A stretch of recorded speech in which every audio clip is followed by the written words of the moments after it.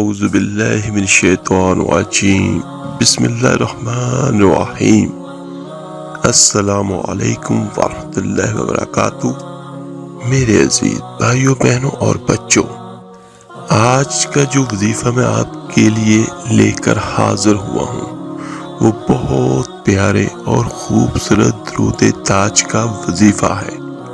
درود تاج، تاج سے مراد یہاں پہ یہ ہے جو بہت افضل ہو اور اس کی فضیلت بھی بہت زیادہ ہو۔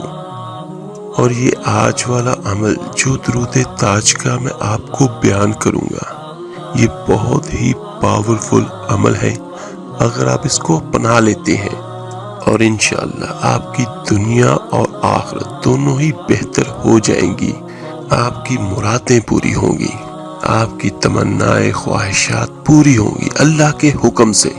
اگر آپ کسی بہت بڑی مشکل میں ہیں تو اللہ تعالیٰ اپنے فضل اپنے کرم سے آپ کو اس مشکل سے نجات دے گا۔ اگر آپ کسی پریشانی میں گھرے ہوئے ہیں تو میرا اللہ آپ کو خوشیاں عطا کرے گا۔ اگر آپ بہت زیادہ مایوسی کی طرف جا رہے ہیں تو میرا اللہ آپ کی مایوسیوں کو ختم کر دے گا اور آپ کے لیے برکتوں کے دروازے کھول دے گا۔ ہاں، اگر آپ تنگ دست ہیں تو آپ اس مکمل درود کو پڑھنے میں وظیفے میں شامل کر لیں تو میرا اللہ آپ کو فراغی رزق عطا فرمائے گا انشاءاللہ۔ اگر آپ بیمار رہتے ہیں، مختلف پریشانیوں میں گھرے رہتے ہیں، گھروں میں ناچاکیاں ہیں اور گھروں میں سکون نہیں ہوتا، کاروبار کی بندش رہتی ہے یا کاروبار آپ کا آگے بڑھنے کی بجائے رک جاتا ہے، تو آپ اس درود پاک کو پڑھنے کی عادت بنا لیں، یا اس درود پاک کو آپ روزانہ 7 مرتبہ سن لیں یا 7 مرتبہ پڑھ لیں۔ انشاءاللہ دیکھیے گا کہ میرا اللہ کس طرح آپ کی ہر بیماری، ہر مشکل، ہر پریشانی ختم کرتا ہے اور آپ کے لیے کیسے کامیابیوں کے دروازے کھولتا ہے۔ میرے عزیز بچوں، میں درود پاک کی تھوڑی سی فضیلت آپ کو بیان کرتا ہوں۔ درود پاک ہے کیا؟ یہ درود تاج، یہ جتنے بھی درود شریف ہیں، درود تاج، درود لکی، درود مقدس، یہ ان عاشقان رسول نے اللہ کے نبی دو جہاں صلی اللہ علیہ وآلہ وسلم کی تعریف میں لکھے ہیں، جو آپ سے عشق کرتے تھے۔ اور تعریف کس کی ہو؟ جو سارے جہانوں کا مالک ہے، اس کے محبوب کی ہو، تو انشاءاللہ تعالی ہماری دنیا اور آخرت دونوں میں ہی کامیابی ملے گی۔ حضرت ابو عبداللہ رسا اپنی کتاب تحفہ میں لکھتے ہیں کہ بغداد میں ایک شخص فقیر، حاجت مند، عیالدار، صابر و عابد رہتا تھا۔ ایک دن وہ رات کو نماز کے لیے اٹھا تو اس کے بچے بھوک کی وجہ سے رو رہے تھے۔ جب وہ صالح مرد نماز سے فارغ ہوا تو اس نے بچوں اور بیوی کو بلایا اور کہا، بیٹھو اور اللہ تعالیٰ کے حبیب صلی اللہ علیہ وآلہ وسلم پر درود پاک پڑھو اور دیکھو کہ اللہ تعالیٰ کیسے درود پاک کی برکت سے ہمیں غنی کرتا ہے۔ سبحان اللہ۔ لہٰذا وہ سب بیٹھ کے اور درود پاک پڑھنا شروع کر دیا۔ درود پاک پڑھتے پڑھتے بچے تو سو گئے اور اللہ تعالیٰ نے اس مرد صالح پر بھی نیند طاری کر دی۔ جب آنکھ سو گئی تو قسمت جاگ اٹھی اور وہ شاہ کونین صلی اللہ علیہ وآلہ وسلم کی دیدار کی دولت سے مشرف ہوا، اور ہمارے آقا دو جہاں صلی اللہ علیہ وآلہ وسلم نے تسلی دی اور فرمایا، اللہ تعالیٰ کے حکم سے صبح ہوگی تو اے پیارے امتی، تجھے فلاں مجوسی کے گھر جانا ہوگا، اسے میرا سلام کہنا، نیز یہ کہنا کہ تیرے حق میں جو دعا ہے وہ قبول ہو چکی ہے، اور تجھے اللہ تعالیٰ کے رسول صلی اللہ علیہ وآلہ وسلم فرماتے ہیں کہ اللہ تعالیٰ کے دیے ہوئے میں سے مجھے یعنی قاصد کو عنایت کرے۔ یہ فرما کر آقا دو جہاں صلی اللہ علیہ وآلہ وسلم تشریف لے گئے اور وہ مرد صالح بیدار ہوا تو اس کی خوشی انتہا کو پہنچی ہوئی تھی۔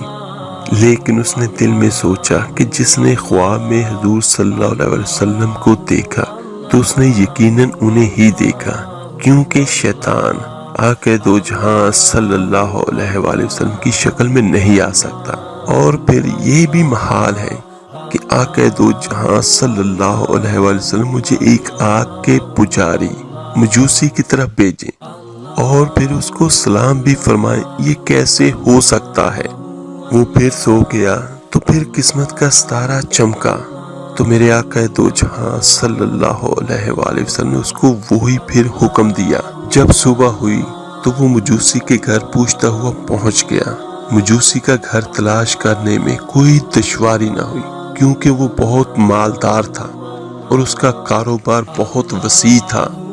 جب وہ مجوسی کے سامنے پہنچا تو چونکہ مجوسی کے کارندے کافی تھے، نوکر چاکر کام کرنے والے، تو اس نے اس اجنبی کو دیکھ کر پوچھا، کیا آپ کو کوئی کام ہے؟ تو اس شخص نے فرمایا، وہ میرے تیرے درمیان علیحدگی کی بات ہے۔ تو اس مجوسی نے نوکروں غلاموں کو حکم دیا کہ وہ باہر چلے جائیں۔ جب تخلیہ ہو گیا تو اس مرد صالح نے کہا، تجھے ہمارے نبی دو جہاں صلی اللہ علیہ وآلہ وسلم نے سلام فرمایا ہے۔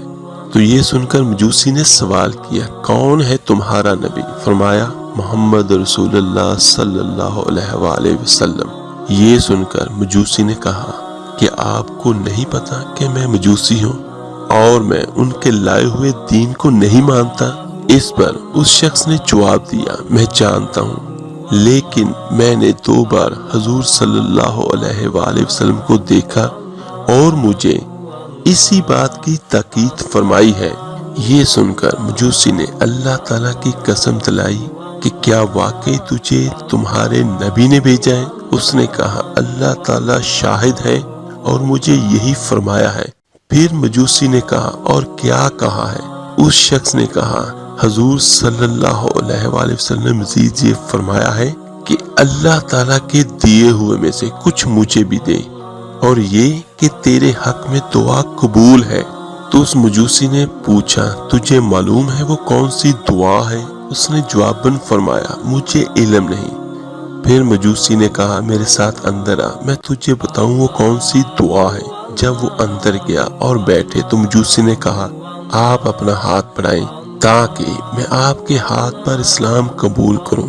اور اس نے ہاتھ پکڑ کر کہا، اشہد اللہ الہ الا اللہ و اشہد ان محمد رسول اللہ صلی اللہ علیہ وآلہ وسلم۔ اسلام قبول کر لینے کے بعد اس نے اپنے ہم نشینوں کو، کارندوں کو بلایا اور فرمایا، سن لو، میں گمراہی میں تھا، اللہ تعالیٰ نے مجھے ہدایت دی ہے اور میں نے ہدایت قبول کر لی اور میں نے تصدیق کی اور میں ایمان لایا ہوں اور اس کے نبی دو جہاں صلی اللہ علیہ وآلہ وسلم پر۔ لہذا تم میں سے جو ایمان لے آئے تو اس کے پاس جو میرا مال ہے وہ اس پر حلال ہے، اور جو ایمان نہ لائے وہ میرا مال ابھی واپس کر دے اور آئندہ نہ وہ مجھے دیکھے اور میں اسے دیکھوں۔ تو چونکہ اس کے مال سے کافی مخلوق تجارت کرتی تھی، اس کے اعلان سے اکثر ان میں سے ایمان لے آئے، اور جو بد نصیب ایمان نہ لائے وہ اس کا مال واپس کر کے چلے گئے۔ پھر اس نے اپنے بیٹے کو بلایا اور فرمایا، بیٹا، میں نے اسلام قبول کر لی ہے، لہٰذا اگر تو بھی اسلام قبول کر لے تو میرا بیٹا ہے اور میں تیرا باپ ہوں، ورنہ آج سے نہ تو میرا بیٹا ہے اور نہ ہی میں تیرا باپ۔ تو یہ سن کر بیٹے نے کہا، ابا جان، جو آپ نے راستہ اختیار کیا ہے میں اس کی مخالفت ہرگز نہیں کروں گا۔ اور اس نے بھی کلمہ شہادت پڑھا اور مسلمان ہو گیا۔ پھر اس نے اپنی بیٹی کو بلایا جو کہ اپنے ہی بھائی کے ساتھ شادی شدہ تھی۔ یہ مجوسیوں کے مذہب کے مطابق تھا۔ مجوسیوں کے مذہب میں بہن بھائی آپس میں ایک دوسرے کے ساتھ شادی ہو جاتی تھی۔ تو اس نے اپنے بیٹی سے بھی وہی کچھ کہا جو اپنے بیٹے سے کہا۔ یہ سن کر بیٹی نے کہا، مجھے قسم ہے خدا کی، میرا شادی کے دن سے آج تک اپنے بھائی کے ساتھ کبھی کوئی تعلق نہیں رہا، بلکہ مجھے سخت نفرت رہی ہے۔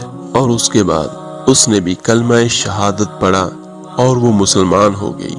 یہ سن کر باپ بہت خوش ہوا۔ پھر اس نے مرد صالح سے کہا کہ آپ چاہتے ہیں کہ میں آپ کو وہ دعا بتاؤں جس کی قبولیت کی خوشخبری آپ لائے ہیں، اور وہ کیا چیز ہے جس نے رسول اللہ صلی اللہ علیہ وآلہ وسلم کو مجھ سے راضی کیا؟ تو اس شخص نے فرمایا ہاں ضرور بتائیے۔ تو وہ مجوسی کہنے لگا جب میں نے اپنی بیٹی کی شادی اپنے بیٹے سے کی تھی تو میں نے عام دعوت کی تھی، سب لوگوں کو کھانا کھلاتا رہا، حتیٰ کہ کیا شہری کیا دیہاتی سب کھا گئے۔ جب سب کھا کر فارغ ہو کر چلے گئے تو چونکہ میں تھک کر چور ہو چکا تھا، میں نے مکان کی چھت پر بستر لگوایا تاکہ آرام کروں۔ میرے پڑوسیوں میں سے ایک سید زادی جو کہ سیدنا امام حسن رضی اللہ عنہ کی اولاد میں سے ہے، اور اس کی چھوٹی چھوٹی بچیاں رہتی تھی۔ جب میں اوپر لیٹا تو میں نے ایک صاحبزادے سے سنا کہ وہ اپنی والدہ محترمہ سے کہہ رہی تھی امی جان آپ نے دیکھا کہ ہمارے پڑوسی مجوسی نے کیا کیا ہے؟ ہمارا اس نے دل دکھایا، سب کو کھلایا، مگر اس نے ہمیں پوچھا تک نہیں۔ اللہ تعالیٰ اسے ہماری طرف اچھی جزا نہ دے۔ جب میں نے اس شہزادی کی یہ بات سنی تو میرا دل پھٹ گیا اور سخت کوفت ہوئی۔ ہائے میں نے ایسا کیوں کیا؟ میں جلدی سے نیچے اترا اور پوچھا کہ یہ کتنی شہزادیاں ہیں؟ تو مجھے بتایا گیا کہ یہ 3 شہزادیاں ہیں اور ایک ان کی والدہ محترمہ ہے۔ میں نے کھانا چنوایا اور 4 بہترین جوڑے کپڑوں کے لیے اور کچھ نقدی رکھ کر نوکرانی کے ہاتھ ان کے گھر بھیجا، اور خود میں دوبارہ مکان کی چھت پر چڑھ کر بیٹھ گیا۔ جب وہ چیزیں ان کے ہاں پہنچی تو وہ بہت خوش ہوئی، اور شہزادیوں نے کہا امی جان ہم کیسے یہ کھانا کھا لیں، حالانکہ بھیجنے والا مجوسی ہے۔ یہ سن کر ان شہزادیوں کی والدہ محترمہ نے فرمایا بیٹی یہ اللہ تعالیٰ کا رزق ہے، اس نے بھیجا ہے۔ تو شہزادیوں نے کہا ہمارا مطلب یہ نہیں ہے، بلکہ ہمارا مطلب یہ ہے کہ ہم اس کھانے کو ہرگز نہیں کھا سکتے جب تک وہ مجوسی ہے۔ پہلے اس کے لیے اپنے نانا جان کی شفاعت سے اس کے مسلمان ہونے اور اس کے جنتی ہونے کی اللہ تعالیٰ سے دعا کریں۔ ان شہزادیوں نے دعا کرنا شروع کی اور ان کی والدہ محترمہ آمین کہتی رہی۔ لہذا یہ وہ دعا ہے جس کی قبولیت کی بشارت آقا دو جہاں صلی اللہ علیہ وآلہ وسلم نے تیرے ہاتھ بھیجی ہے۔ اور اب میں حضور صلی اللہ علیہ وآلہ وسلم کے حکم کی تعمیل یوں کرتا ہوں کہ جب میں نے اپنی بیٹی کی شادی اپنے بیٹے سے کی تھی تو میں نے ساری جائیداد میں سے نصف ان لڑکے لڑکی کو دے دی تھی اور نصف میں نے خود رکھ لی تھی۔ اور اب چونکہ ہم سب مسلمان ہو گئے ہیں اور اس مبارک اسلام نے دونوں بہن بھائیوں کے درمیان جدائی کر دی ہے، اب وہ مال جو ان کو دیا تھا وہ آپ کا ہے تو وہ آپ لے جائے۔ سبحان اللہ۔ میرے عزیز بھائیوں بہنوں اور بچوں، درود پاک رسول اللہ صلی اللہ علیہ وآلہ وسلم کی تعریف ہے، تو ہم اس درود پاک سے اپنی ہر مشکل ہر پریشانی سے نجات بھی حاصل کریں گے، اور جو کچھ ہمیں چاہیے ہوگا وہ بھی ہم اپنے اللہ سے لیں گے انشاءاللہ۔ درود تاج کا آپ ترجمہ بھی پڑھ کے دیکھیے گا، بہت خوبصورت بہت پیارا ہے۔ تو اس درود تاج کو آپ روزانہ کسی بھی وقت 7 مرتبہ پڑھ لیں یا سن لیں تو انشاءاللہ تعالی آپ جو نیت کریں گے تو وہ اللہ کے حکم سے ضرور پوری ہوگی۔ درود تاج کا پڑھنا میرے اپنے معمول میں شامل رہا ہے۔ باوضو ہو کر صبح یا رات کو جب بھی آپ پڑھیں، پانی کا ایک گلاس ساتھ میں رکھ لیں، آپ درود تاج کو 7 مرتبہ 11 مرتبہ 21 مرتبہ یا 41 مرتبہ بھی پڑھ سکتے ہیں۔ یہ ویسے ہی ہوتا ہے کہ جیسے آپ کسی پیشنٹ کو آپ کوئی میڈیسن کی ڈوز دے رہے ہوں، تو اگر آپ کو کوئی مشکل پریشانی کم ہے تو آپ اس کو 7 مرتبہ لازمی پڑھ لیں۔ اگر کوئی زیادہ ہے تو پھر جتنا زیادہ آپ پڑھ سکتے ہیں اتنا زیادہ پڑھ لیں۔ یہ بہت جمالی سا وظیفہ ہے، اس میں کوئی خطرہ نہیں، کوئی مشکل کوئی پریشانی نہیں۔ خوشبو کا استعمال لازمی کیجیے گا، کیونکہ یہ آقا دو جہاں صلی اللہ علیہ وآلہ وسلم پر درود پاک کا تحفہ ہے۔ 5 وقت کی نماز لازمی پڑھیں۔ کپڑے اور آپ جس جگہ پہ بیٹھ کے آپ نے یہ عمل کرنا ہے وہ جگہ بھی پاک اور صاف ہو۔ جب آپ روزانہ 7 مرتبہ 11 مرتبہ یا 21 مرتبہ پڑھ لیں، پڑھ کے آپ پانی پہ پھونک ماریں، جو بیمار ہو اس کو 3 گھونٹ پلائیں تو اللہ تعالیٰ انشاءاللہ اسے شفا دے گا۔ جس گھر میں اثرات ہوں تو اسی پانی کو سارے گھروں میں دیواروں پر چھڑکے، اس نیت کے ساتھ کہ اللہ تعالیٰ ہر برے اثرات سے ہمیں بچائے۔ اور جس کی کوئی دکان ہو اور کاروبار میں برکت نہ ہو تو وہ اپنی دکان یا کاروبار والی جگہ پہ یہی درود تاج کا پڑا ہوا پانی چاروں کونوں میں اوپر دیواروں پہ چھڑکائے۔ قطعاً اس جگہ پہ نہیں چھڑکانا جہاں پہ پاؤں آنے کا اندیشہ ہو یا کوئی ناپاک جگہ ہو۔ اور اگر آپ کو کوئی حاجت ہے کسی بندے سے، اس پانی کو اپنے سر پہ لگائیں اور درود تاج پڑھتے ہوئے اس بندے کے پاس چلے جائیں۔ جو بھی آپ کا کام ہے وہ انشاءاللہ ضرور ہوگا، لیکن پھر میں آپ کو بیان کر دیتا ہوں کہ آپ نے جب پڑھنا ہے تو آپ نے نیت کر کے پڑھنا ہے کہ اے اللہ میری یہ حاجت ہے وہ پوری ہو جائے۔ اور جب آپ نے درود تاج پڑھ لیا اس کے بعد ہاتھ اٹھا کے اپنے اللہ سے دعا کریں، کیونکہ دینے والی ذات وحدہ لا شریک میرے اللہ کی ہے، اور ہم نے اپنے آقا دو جہاں صلی اللہ علیہ وآلہ وسلم کے وسیلے سے اپنے اللہ کو ہی پکارنا ہے اور اسی سے ہم اپنی حاجت کو پوری کریں گے۔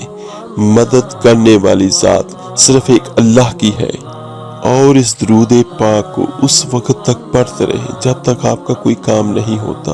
اور بہت سارے بچے کمنٹ میں مجھ سے پوچھتے ہیں کہ اگر ہم ایک ہی کام کے لیے 2 وظیفے پڑھ لیں، تو میرے بچوں اگر آپ ایک ہی کام کے لیے ایک ہی وظیفہ پڑھیں اور اس کی تعداد کو زیادہ کر لیں تو یہ زیادہ بہتر ہوگا۔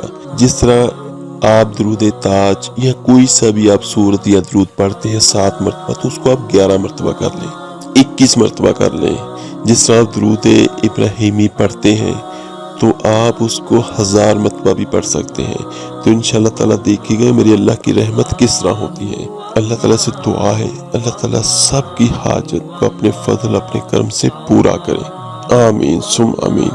اس ویڈیو کو لائک، سبسکرائب اور صدقہ جاریہ سمجھ کر شیئر ضرور کیجیے گا۔ آپ کے ایک شیئر کرنے سے جو کوئی درود پڑھے گا سنے گا اس کا اجر اس کا ثواب آپ کو مجھے ہم سب کو ملے گا۔ ملتے ہیں جلدی انشاءاللہ تعالیٰ ایک نئے وظیفے اور عمل کے ساتھ۔ آپ میرے لیے دعا کیجیے گا، میں آپ کے لیے دعا کروں گا۔ اپنا بہت بہت خیال رکھیے گا۔ اللہ حافظ۔ علیہ وسلم صلی اللہ علیہ وسلم۔